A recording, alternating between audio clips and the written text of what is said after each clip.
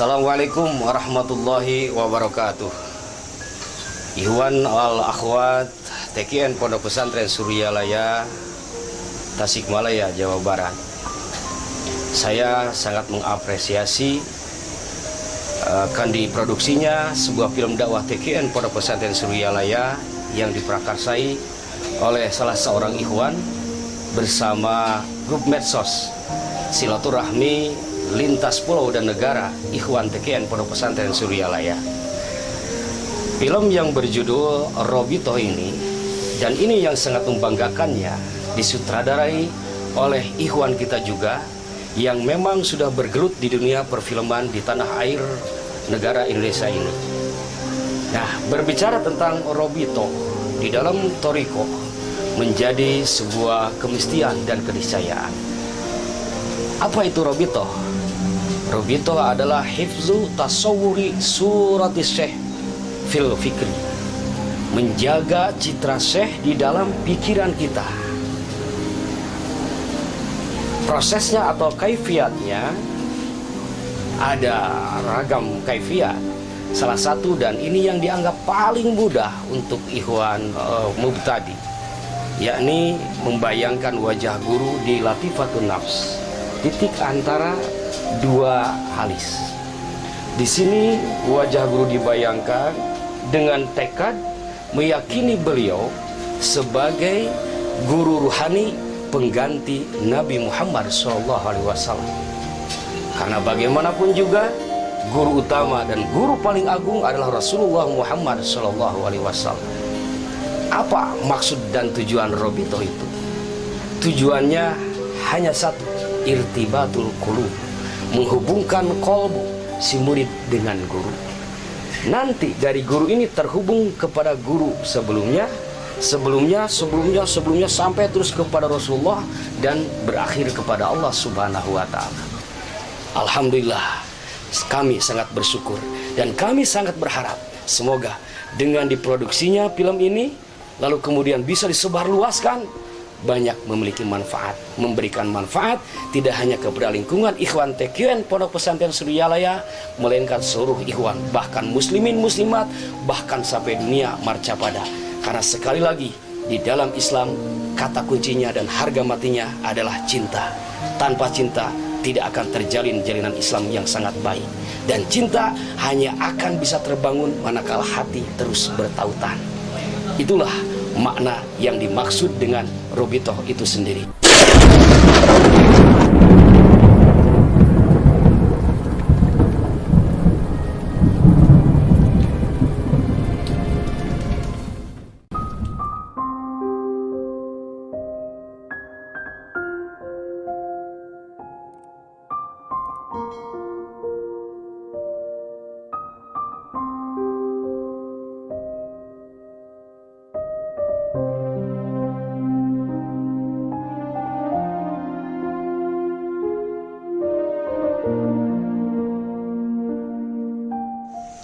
Assalamualaikum warahmatullahi wabarakatuh. Waalaikumsalam warahmatullahi wabarakatuh. Alhamdulillah wassalatu wassalamu ala Rasulillah Sayyidina Muhammad ibn Abdillah wa ala alihi wa sahbihi wa mawala. Ilahi anta maksudi wa ridha matlubi atini muhabbataka wa ma'rifataka. Amma ba'du. Para ikhwan rahimakumullah, kita harus bersyukur bahwa kita telah dipertemukan dengan Guru Agung, Syekh Mursyid Kamil Mubkamil, yang akan membimbing ruhani kita menuju pada Allah, yang dalam hal ini adalah beliau Pangersa Abah Anom, Syekh Ahmad Syekh Wafat Tajul Arifin, yang tentunya beliau sebagai mursyid dalam Thariqah Qadiriyah Naqsabandiyah Pondok Pesantren Suryalaya. Nah, satu hal yang perlu diingat oleh kita semua, bahwa dalam setiap toriko ada zikir, ada wirid dan ibadah lainnya selain ibadah fardu. Setiap zikir dan wirid yang diijazahkan di dalam toriko itu harus diamalkan sesuai dengan petunjuk gurunya. Artinya diamalkan secara sidik, secara benar. Dalam istilah saya, diamalkan secara dasi, dawam, sidik, ikhlas. Dawam terus menerus, sidik adalah benar sesuai petunjuk guru, ikhlas bahwa kita beribadah tidak memiliki tujuan kecuali menggapai ridho Allah Subhanahu wa Ta'ala. Nah, untuk supaya amaliyah kita sesuai dengan petunjuk guru, maka perlu ada bimbingan. Dalam hal ini di Pondok Pesantren Suryalaya ada bimbingan umum, ada bimbingan khusus.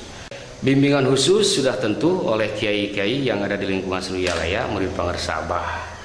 Adapun bimbingan umum, nah ini diatur oleh organisasi itu sendiri. Yang dalam hal ini adalah Lembaga Dakwah TKN Pondok Pesantren Suryalaya Tasikmalaya. Nah, di antara programnya yang berkaitan dengan bimbingan itu adalah program upgrading.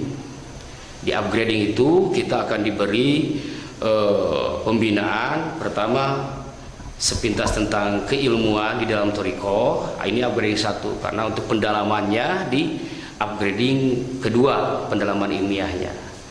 Yang menjadi pendalaman pertama, fokus pertama di upgrading 1 adalah keseragaman amaliyah. Di situ kita akan tahu bagaimana praktik amaliyah TKN Suryalaya yang sebenarnya. Kita di situ akan dilatih bagaimana zikir yang sesuai dengan petunjuk guru, khotaman yang sesuai dengan petunjuk guru, baik personal maupun berjamaah, manakiban, bagaimana adabnya dan lain sebagainya, sholat sunat, baik sholat sunat harian, mingguan, bulanan sampai tahunan. Begitu juga ziarah dan mandi malam yang kita singkat menjadi DKM saja men. DKM saja men, DKM zikir khotaman manakib saja sholat sunat ziarah. Nah saja men ditulisnya kan man, jadi mandi. Nah di dalam upgrading ini kita akan diberi bimbingan bagaimana melaksanakan DKM saja men secara baik dan benar sesuai petunjuk dari guru. Maka untuk itu kepada para ikhwan semuanya, wabil khusus yang belum pernah mengikuti upgrading, diharapkan bisa mengikuti upgrading. Karena satu hal yang paling penting, bahwa praktik amaliyah kalau tidak sesuai dengan petunjuk guru tidak akan sampai pada Allah.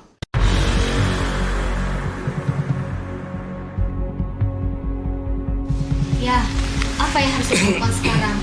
Usaha kita sudah tidak berjalan sama sekali. Sementara tagihan di bank sudah menunggak 6 bulan. Ayah juga bingung, Bu. Jangankan mau membereskan hutang-hutang kita, menjual rumah ini pun tidak mungkin bisa melunasi hutang-hutang perusahaan kita, Bu. Ya, ayah harus cari jalan dong. Bukan cuma bingung saja. Ini semua kan karena ayah yang tidak mau datang lagi ke Mbak Kintan. Beginilah akibatnya. Ibu jangan menyalahkan ayah terus dong. Kan kita bangkrut begini bukan karena keinginan kita berdua, Bu. Terus sekarang mau bagaimana? Apakah kita mau menunggu rumah ini disita oleh pihak bank? Pokoknya ibu tidak mau tahu. Ayah harus bisa menyelesaikan semua masalah ini. Waduh.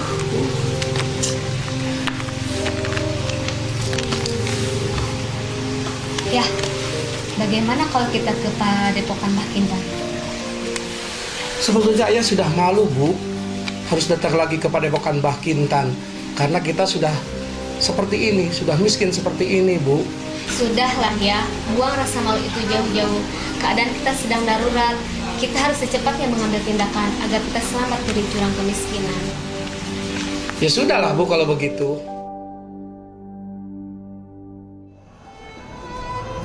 Ya Allah, aku berlindung kepadamu dari hati yang keras, kelalaian, kekurangan, kehinaan, dan kemiskinan.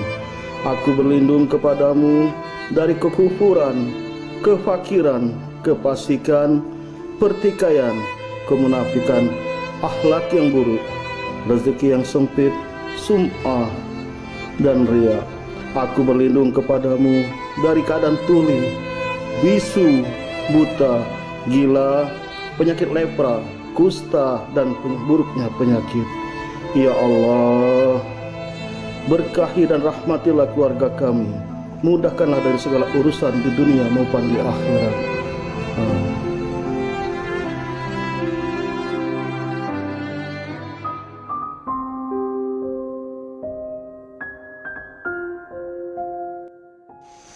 Kenapa Pak Edi tidak menepati janjinya? Saya tidak tahu Pak. Alasannya belum ada uang. Cuma itu jawaban yang saya terima dari Pak Edi. Ya sudah Mat, kamu lanjutkan pekerjaanmu. Tapi ingat, jangan pernah bosan untuk menagih Pak Edi. Saya keluar dulu, ada keperluan. Baik Pak, kalau begitu saya permisi dulu. Ya Allah, apalagi yang harus hamba perbuat? Apa?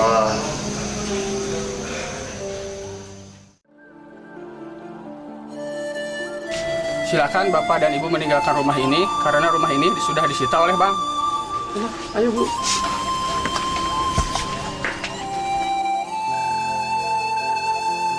Ya, kemana kita harus pergi? Semua harta kekayaan kita disita oleh pihak bank. Sabar Bu. Yang terpenting kita ini bisa keluar dulu dari rumah sini Bu.